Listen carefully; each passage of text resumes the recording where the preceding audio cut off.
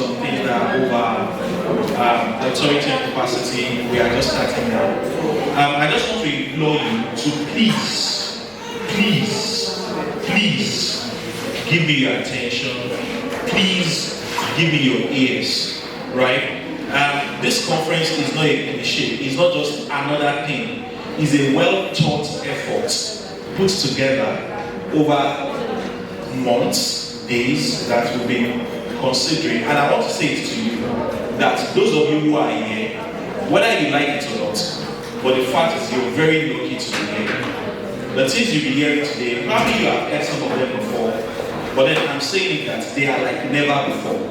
Alright, so please give me your attention, give me your time, and I'll tell you, in the next 4 hours, you will tell me if this is worth it or not. I can tell you, right? After that, you tell me if this is worth it or not. In the next 1 hour, in the next 2 hours, you can tell if it's worth your time to still remain here or to leave. I leave it to you, right? I understand that some of you are here probably because you were compelled to be here. But then, I know your LGI. He's not somebody that just does things out of irrational. Those of you who were present January, you can tell that this is a meeting that is worth it.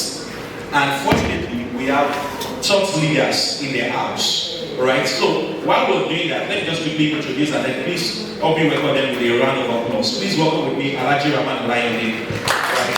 The CEO of Nigeria Limited. Please celebrate him, right? He's the boss of the boss. He's a member of the governing council of this great institution. I don't need to talk about him. As he seated there, he's a multi-billionaire. He's not a millionaire, he's a billionaire. Right? So let's be exposing them small. But it's privilege. We don't take it for granted. Thank you so much for having us. Thank you so much for being here for us. Thank you so much. And seated beside him is a father of the land. How do they say it? Is it retired honorable or RTN chair? Honorable Tokumbo Toriola, please celebrate it, right? They say talks, somebody say talks. Say talks. Talks is okay, right? Talks is okay. Talks is enough, right? If you want to just know him, just go to the town and say, oh, I've heard of talks. I'm telling you, it's here, man. So we don't have just ordinary people here. We have leaders, fathers, and if they could give their time. Talks was talking to me yesterday night, and then around 10, he was telling me that he just got into town. And I was like, a man Binusu. I was like, I don't have a choice, I need to be here. And he posted something on his status, and that struck me very, very well. He said, that today is a date with history. And I reposted it, and it really struck me very, very hard. Because what we thought was just a charge, sincerely is a date with history. And when I was preparing my lecture yesterday, I was reviewing it. I got to a point where I felt like all what I would be sharing with us were things I knew while I was serving, were things I knew while I was in school. And that is why I said you're very lucky. Because some of the things we do not have, you are having access to them today. Some of the things we wish we had, you are getting them on a platter. So this may not be for everybody. It may just be for one person. And I hope that one person is you. And I hope that in the next 5 years, in the next 10 years, you will look back to today and you say, I am grateful for being posted to Igora. I'm grateful for the time I spent there. And I'm most grateful for one day, the 19th of June 2025. I was at a conference and that redefined my life. And I hope that will be yours. So once again, on that note, I want to say welcome to this conference. Welcome to the World Next Conference. And I am Amos Akintola, Adejesubisi, your host. Please put your hands together. Some people don't even like me. Like this guy is the same. Alright, okay. So quickly I'll be giving the first lecture, right? And then so the What's Next Conference, right? Why the What's Next Conference? I think I've talked about that. But then I'll be talking on the title, I say, with God constant, the path to your best life. With God constant, the path to your best life. Right? Again, I'm Amos Akintola, Adejesubisi. I am glory wrapped, impact shaped, always Adejesubisi. So I bring to you, starting with one of my most favorite quotes, the best quote. I said, with God constant, nothing is impossible for a man with a will, a zeal, and a good plan. I take it again. With God constant, nothing is impossible for anybody, a man or a woman, that has a will, a zeal, and a good plan. And I just want to say that I will explain as we go forward. Right now, let me just start with the basic truths. You know, one of the things we believe in life is that probably we believe that everyone help those who help themselves. Maybe God has mercy on who He has mercy on. I just want to start by telling you that God is not partial. Alright? God is not partial. God is fair to all. Right? For everyone, before each and every one of us were created, one of the biggest story of creation, whether you're a Muslim or you're a Christian, is the fact that man was the last thing God created. Yes or yes? I mean, in other words, everything man was going to need before God created man, God had created them. All what man was going to be in need of before you were born. Now, the Bible told me that in Jeremiah, it said, before you were born, right from your mother's womb, I knew thee. Before you were born, everything you were going to need to live a purposeful life, to live a meaningful life, right? God had provided and made them available for you. So, if it were left to God, your destiny is secured. If it were left to God, all He had to do for you to be made, He had done. He had provided everything you are going to need. God is not going to send money tomorrow. All the money you need is currently in this world. All the help you need is currently here. So God is for you. God is not against you. God is not working to ruin you. As a matter of fact, not because maybe you are bad, you have done something wrong, or you have done something good. No. There was never a time where rain was falling and He said, no, I'm not going to send rain on this one because they are wicked or they are bad. He sent rain to all. Right? The sun shines and it shines to who? To all. Whatever happens, happens to all. Check every of the, as it were, God factor matters happen to everyone independent of who they are. Right? The good people, they die. The bad people, they die. So it's not because nothing is happening to you because you offended God or you did something bad or you. So I want to start by making you understand that as far as God is concerned, He is always for you and is a constant factor in everybody's life. Alright? So that is where I want to start from this morning. Okay? Now, but okay, God has done His part. God has made provision for you before you were born, before creation, and everything necessary. So that is why this quote says, with God constant. Why? Because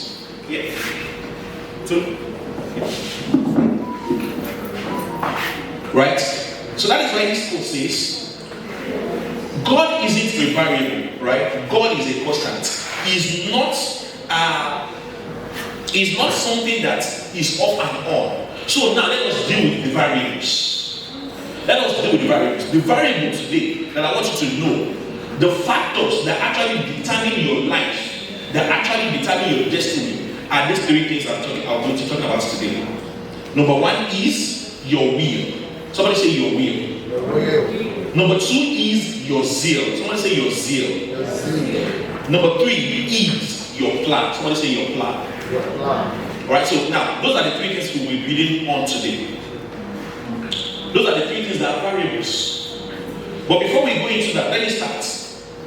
Number one thing, the part one of this is you need to ask yourself 4 foundational questions to reinvent your life. Part one says the 4 foundational questions to reinvent your life. Before you look at what next, there are critical questions you must ask yourself. I must be sincere with you. Several times in my life, I've been in down moments, I've been in moments of confusion, not knowing what to do. But then there's always a starting point. And that is the first question you must ask yourself. Where am I right now? What position am I right now? What am I doing where I am now? Right? That's the first question. Where are you now? Right? This is the moment of radical honesty. You must be sincere with yourself. Ask yourself, what are my current realities? What is my financial position? What is my mental position? What is my spiritual position? What skills do I have? What capacity do I have? Who am I? What do I have? Ask yourself those critical questions. What is working in my life and what is not working? Right now, you must be brutal to yourself. This is me. Face yourself in the mirror. Look at yourself. What's working in my life? What are the things that are falling apart? You know, one of the greatest quotes that I love by Aristotle is that man, be true to thyself. You know, we know how to put a lot of camouflage outside. You have your makeups on, you have your wig, you have a beautiful smile, you have all the radiant faces, everything is looking well outside. But you know, inward, there's a tear, there's a cry, there's a groan, there's something that keeps you sleepless at night. Why not be real to yourself? If you're going to be fake to anybody, must you lie to yourself? Now, I used to say this. The most important person in the world, the only person that will deal with you when no one else is there, is you. Not your husband, not your spouse, not your father, not your mother. As a matter of fact, the only person you will have, even when you die, is you. So even when you are going to hell or heaven, the only person that will be in hell or heaven with you is who? Is still you. So, if you are going to lie to anybody, the biggest deception, the biggest cheat you will do to yourself is to lie to yourself. So take a moment to sit down and be honest with yourself. Where am I right now? Be brutally honest with yourself. You should ask. Other question you can ask is, what am I tolerating that I shouldn't? What am I accepting in my life that I should not accept? Am I surviving or I'm thriving? Am I living hand to mouth? Or I'm not even living at all? Be real with yourself. Be brutally honest about your current habits, relationship, mindset, and daily routines. I said this, self-awareness is the birthplace of growth. You can't face what you can face. If you don't know who you are, you don't know what is wrong with you, you cannot even help yourself. As a matter of fact, nobody can even help you, even if they want to. Nobody. If you are deceiving yourself, nobody can even help you. You know, one of the things that my mentor used to say that one of the few people you don't like to, number one is you don't like to your doctor. You go to an hospital and you know what you have is ulcer or stomach pain, and the doctor is pressing your stomach. I said, no, it's fine, it's treating me. Instead of you to cry that there's pain there, he said, no. The doctor said, what's wrong with you? He said, it's just mind headache. I think it's just headache. You know what's going to happen to you at the end of the day? You might end up dying.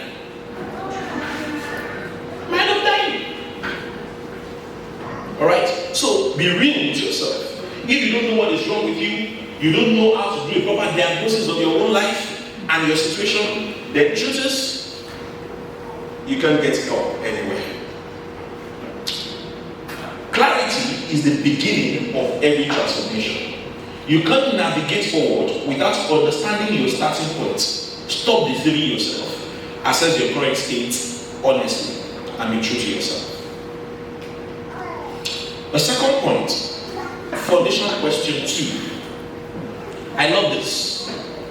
Is be sincere with yourself. Where would you want to be? where would you want to be? Imagine. This is a product of your imagination. Let's say everything is fine. Just imagine that you are in charge of your life. Imagine that somebody gave you a weapon or I don't know if you know Jimmy. What's called this movie again? Is it Ali and Aladdin? Yeah, they grant you 3 wishes, right? Abi? So just imagine you have those 3 wishes. You have those 3 wishes. You can make anything happen in your life. So just imagine you have those 3 wishes. You can make whatever you want to come true. What would you want? What does your best life look like? Just imagine. It doesn't cost you anything. Just imagine. Yes, wishful thinking. I think you are permitted. You are allowed. The truth is, what you can't see, what you can't imagine, you cannot become. Everything started as an idea. Everything started from an imagination. I go back to that again. When God told Abraham, he said, look, see, whatever you see, all right, I will give unto you. It's not God intended to face anyway. It's just a product of his imagination. Ellen Keller says that I'm able to see beyond my eyes. So what do you see yourself become? What do you see your best life as? What does your best life look like? If everything were perfect in your life, if you can make everything in your life happen the way you want it to be, what would you look like? What kind of job will you be doing? What kind of house will you be living in? What kind of car will you be driving? Right? Ask yourself those factual questions. What kind of car will you be driving? What would your marriage look like? What would your relationship look like? What will your finances look like? And don't be abstract about it. That's another section. Don't be abstract. Be very specific. I'll be working in Sheraton and I'll be earning 500 to 1 million naira per month or per week. Be specific. What does your best life look like? Right? Ask yourself those critical questions. I said this. I said, what does your best life look like? Not your parents' dream, not your friend's timeline, but what do you see? What is your own vision? Because your vision will be what will clarify your direction. If you don't define your future, someone else will hire you to build theirs. That's the truth. If you don't know what you want for your life, don't worry. People who know what they want for their life will employ you to support them in building their own. I'm not saying that it's wrong to work for somebody, but you can be working for somebody while still doing that as a means to get your own destination. But a lot of people's dreams have been bought because they don't even have a destination, they don't even have a direction. Some people hire them and offer them their own dream. It's about. And the third question is that thing that you just imagined, that life that you call probably your best life. The question I want to ask you is, how bad do you want it? Yeah, you just wish that you be the president of Nigeria. It's allowed. It's your imagination. As a matter of fact, the fastest thing in the world, you know, they used to say the speed of light is the fastest, right? I beg to disagree. The fastest is your imagination. Do you know that in your imagination right now, you can sit down with Trump, and nobody can stop you, not even his protocol. If people don't believe me, let's do something. Close your eyes. Just close your eyes. Forget it. Close your eyes. Now, in that your eyes now, I want you to see yourself with President Tinubu. Close your eyes. Success not given. It is in true hunger and only anger. You must be hungry and you must be angry. Somebody say hungry. Hungry. Somebody say hungry. Hungry. I say angry. Angry. Now, you see, when you see somebody that is running, is that two things? When you see somebody that is running, is it that one of two things? Is that something is pursuing that person? Or that person is pursuing something? Your hunger is what propels you to pursue something. Your desire to want it. You want this thing to happen. So you are hungry for it and you are pursuing it. Because you want it to happen. You want it to be real. You don't want it to be abstract anymore. You are hungry for it. I want this thing so bad. I want to become successful. I want to become great. I want to become purposeful. You give it your all because you are hungry. You are thirsty. And you take nothing less except what you desire. And the second one is anger. Somebody say anger. Anger. You are so angry with your situation that you cannot stay there any longer.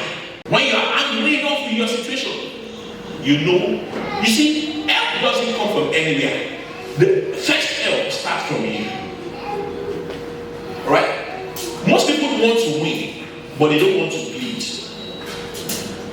You just want it to. Is that? Yoruba will say, Oju borrow, if you don't understand Yoruba, I'm not sure you understand. Because when you get to heaven, you know what the Gabriel will say? Say, Wale. I don't understand Wale. Oh, it's everybody here.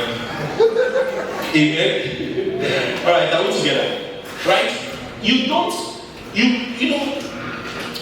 life will never give you anything you desire. It will only give you what you deserve. And you get what you deserve by demanding it. Someone say demand. Demand. You demand for it. You demand for it by an anger. You demand for it by an hunger. You say, no, I'm not taking this. Enough. No longer take bullshit. And that is the starting point. That's the moment everything comes around for you.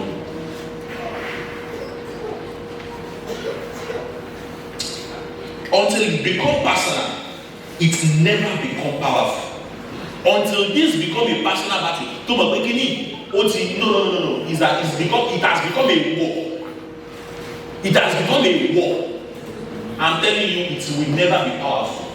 And if it is not powerful, it can never back any results. You know what I said? I said until it becomes personal, it can never become powerful. And until it becomes powerful, it can never back any results. No, you see, sincerely speaking, you ask, why did we put this kind of conference together? Why did we put this kind of thing together? Somebody was asking me some questions. I think Balumi walked with me at the point. He was asking me, he said, what's the end goal to all of this? I'm not sure if you checked my status. Yesterday I got one of the news, one of the business. Right, one of my daughters just told me yesterday I said, sir, I just got a scholarship. She's going to Glasgow, Scotland this year. And so because of things like this, that's my whole purpose, that's my whole goal. Why did we put in, as little as this conference is, we've expended over 200,000 naira. As little as this is. Right? How is it? As little as this is. And we didn't collect anything from anybody, except for my bosses here, who the Lord also is. Please put your hands together for them. Right? They've always been there. They've always been there. My wife was always laughing at me when I said, when I was sending talks West some days ago, that what is you? I spent over 100,000 awards in one come. And you know that I was like, how come? You know, and they are the only fathers we can always research to. When we are in things like this, they always support. Thanks to them, we also have this. But why will we put our resources together to ensure you are seated here if it's not because your destiny demands a thing like this? We can only do our part. But you see, sincerely speaking, until it becomes so personal to you, all of this will be another waste of time.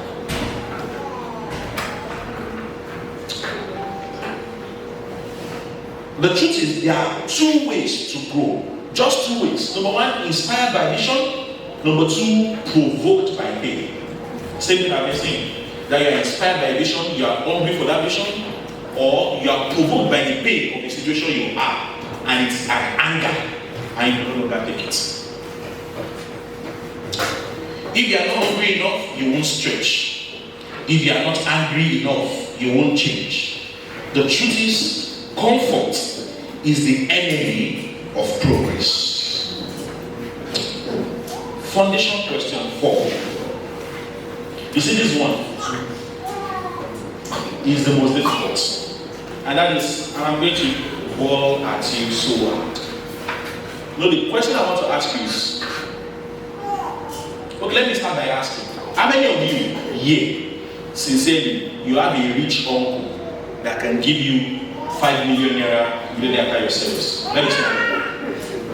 Let me stand up. Just one person. Just one person. If I have that person, just one person. Just your uncle, or probably they've even giving it to you. Maybe an overdraft. Just after service you're going. You know, I just want to say this. Alright, it's fine. Don't worry, we know our stories. You know one thing about every Nigerian youth? Is that our stories are always similar. We have the same typical Nigerian mother. We have the same typical Nigerian father. Average Nigerian father, we know what they are. Average Nigerian uncle, we know what they are. We know many people we submitted our CV to. We know many people we submitted our CV to. Right? We know. We know many, don't worry, I will get back to you. We know many people promised to send us money while we were in school that did not send us. We know many people did not show up in our life while we were in school. That now that still we are eating, we get a salary of maybe 50,000 naira. And they are calling us, saying, how was the mobile potency? You know, we have similar stories. Now, the question I want to ask you is to be sincere. The fourth question. If you had no option, what would you do? See, let me be sincere with you. Truth is this: whether you like it or not, nobody is coming to help you. What I say it to somebody beside you. Nobody is coming to help you. As a matter of fact, when you get help, when you help yourself finish, many people will come and say, "Omo why?" When you don't have anything, nobody will help you. You know, success, they say, have many friends. Failure doesn't have any. And nobody cares if you fail. Nobody cares. As a matter of fact, I was talking to somebody in the first day. I said, you see, why people cry even when people die, actually, is not because they care about that person or they love that person. Why they cry 80% of the time when people die is because there is a void in their life because of the absence of that person. Probably the person is paying their school fees. Probably the person is their husband. Probably the person is their breadwinner. So what they miss is not the person. What they miss is their breadwinner. What they miss is who will do what this person is doing for me now that he's gone. As a matter of fact, what they are crying for is actually themselves.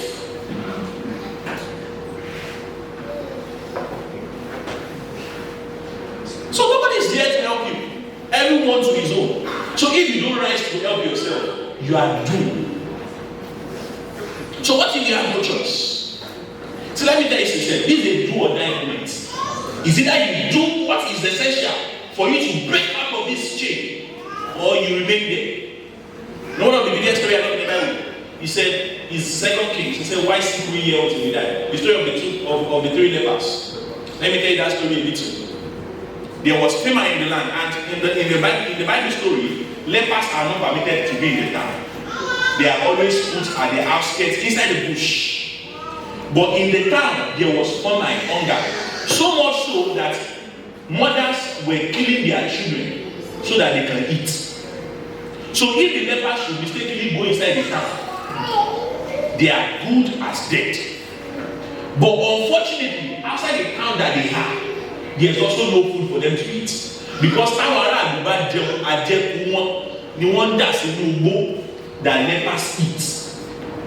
Please, is there anybody there that doesn't understand Yoruba? Anybody that doesn't understand Yoruba? Okay, fine. I'll try and balance it, right? Okay? Because I love playing with language, so pardon me. Right? So, their leftover is what they send to the village, to the bush, that the lepers takes and fight on the scrub. But unfortunately, inside the town, there is no even leftover. They are even killing their children to eat. So the lepers outside the town are as good as dead. And all of this happened because there was war, and the enemy had come and laid a siege over that town. So they sat down one night and said to themselves, why sit we here waiting to die? If we go into the town, we will die. If we remain here, we will die. If we go to the enemy's camp, they might kill us, or they might put us in prison. But we may not die. But even when we die there, our death might be postponed. And it might be instantaneous. But then we have an option. So what did they do? The next morning, at the earliest of time, they arose and went to the enemy's camp. Fortunately for them, even the enemies were no longer there. Why am I telling you this story? Most of the times, you see that thing that you fear so much, that you think if I do it, it will kill me. Should I tell you? Most of the times, it is just a mirage. When you confront it, you find out that it's not there. You find that it's just a shade. Even if it is there, it's not better to die trying than sitting down waiting for death to come.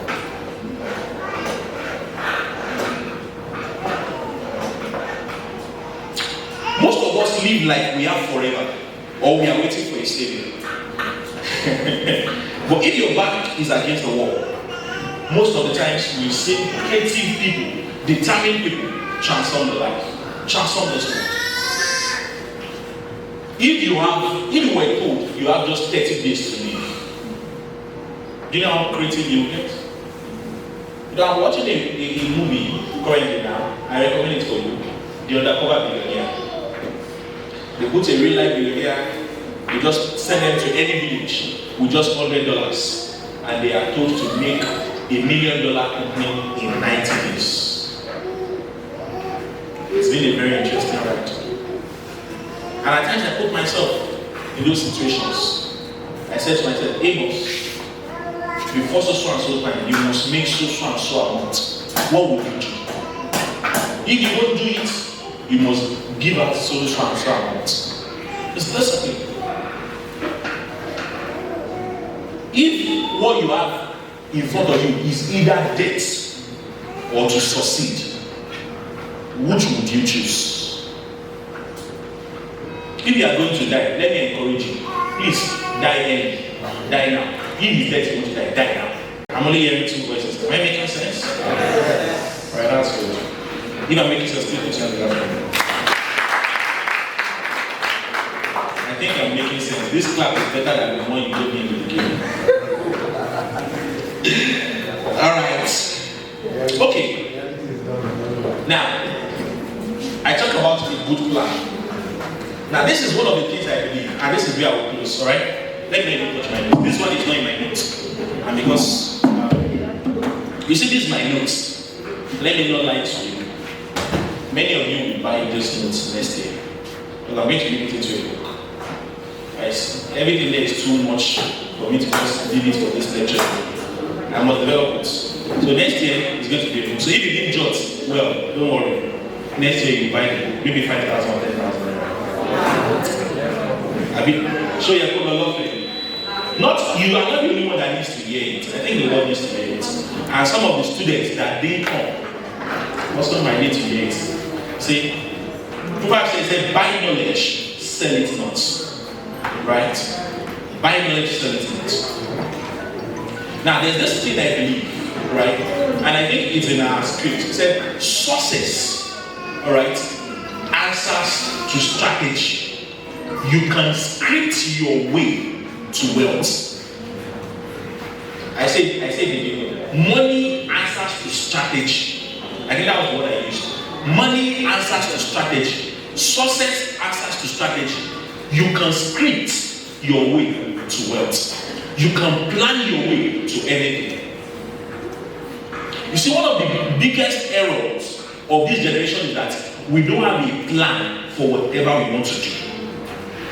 We don't take time to sit down to ask questions of how can I get there? What do I need to do to get there? What is your plan? What is your plan? What is your strategy? You are going to Ibadan. You've never been there before. How will you get there? Do you have a map? Do you have a guide? Or do you know a driver that will take you there? You don't just go on a journey without knowing the road, or know someone that knows the road, or have a map that will take you there. Most of the times, many of us, we don't have anybody that knows the road. In my family, there's nobody that does what I am doing right now. In my family, so many things I have become and I have done in my family that nobody has ever done. Right? Because we are on camera, there are so many things I want to say that I don't want to say. Because now, everybody in my family watches me. So I don't want to say things that become, they say, hey, whatever goes Sunday. Are we together? There are so many things. So many of us, you are on a journey where nobody that you know has been there before. So you don't have a guide as it were. So now, unfortunately, should you go ahead of that journey without a map? Should you? Then the question is, where is your map? Where's your plan? See, you need those three things. You need guidance. You need a mentor. That's why I am working with people like this. But then I didn't start by knowing them. I started my journey. It was along the way that I met them. It was along the way that I qualified to be able to call them, and they find me worthy of somebody that they can make his call and respond to. If I am a nuisance, they will not give me audience. Let's not deceive ourselves. They will not. I cannot call them and be begging for 10,000 or 5,000 every day, and they will still continue to pick my call. If they give me the one, they two, they three. The next time I call, they will put it on silent. I do it too. I do it. If I should pay anybody's school fees, I tell them, don't expect me, I'm not paying it twice. And I was telling some people this morning, I said, there are some people that they dare not ask me for urgent 5K anymore. I'm putting everything like this together, you cannot come. Because we are trying to show you how to catch fish yourself. You don't want. Me, I'm not the one that will be giving to eat all the time. I don't have. I like to build wells. If you want to build well, I am a borehole driller. I can come and assist you and build the well with you. But it is my own. You want to be taking every time? No, I will deal with you. So you must have a plan. What is your plan? Ask critical questions. What can I do? How can I do it? What knowledge do I need?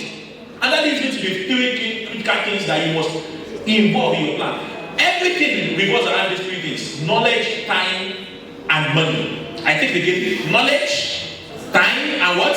And money. Those are the three life currencies. So if you need anything, your plan starts with those three things. Do you have the knowledge? If you don't have the knowledge, do you have the time? Or do you have the money? The truth is that all of us have at least one of these three things.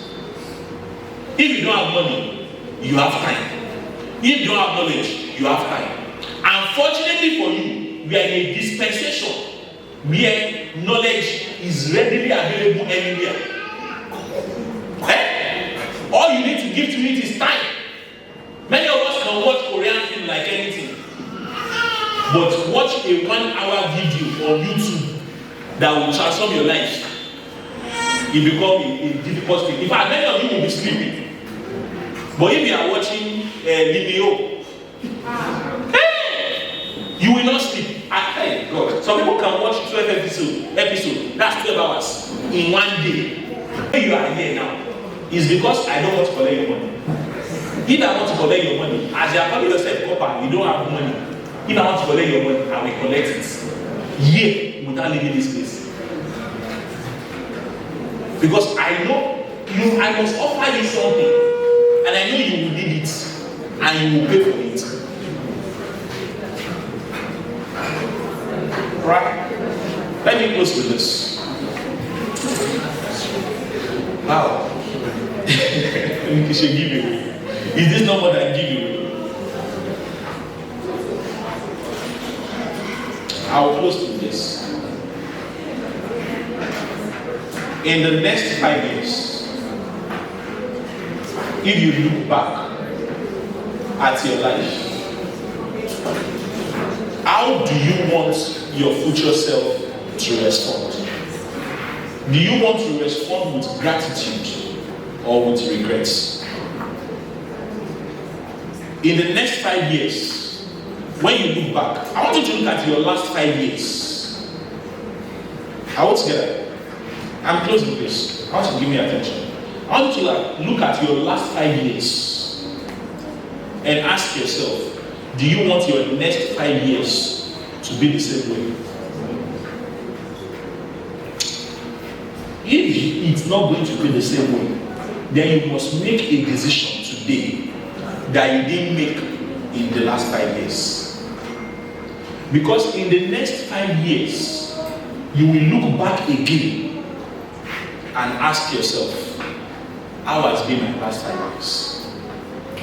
The one thing under God that I have always known for my life is that I never had a better yesterday. And it is not because I'm lucky or because I wish it. It is because I am deliberate about it. That each year must be better than the former. And this is June. I can tell you, 2025 was a great year. Greater than it was before. Already. So it was a great year for me. How is it for you? And how will 2030 be for you? Thank you for having me.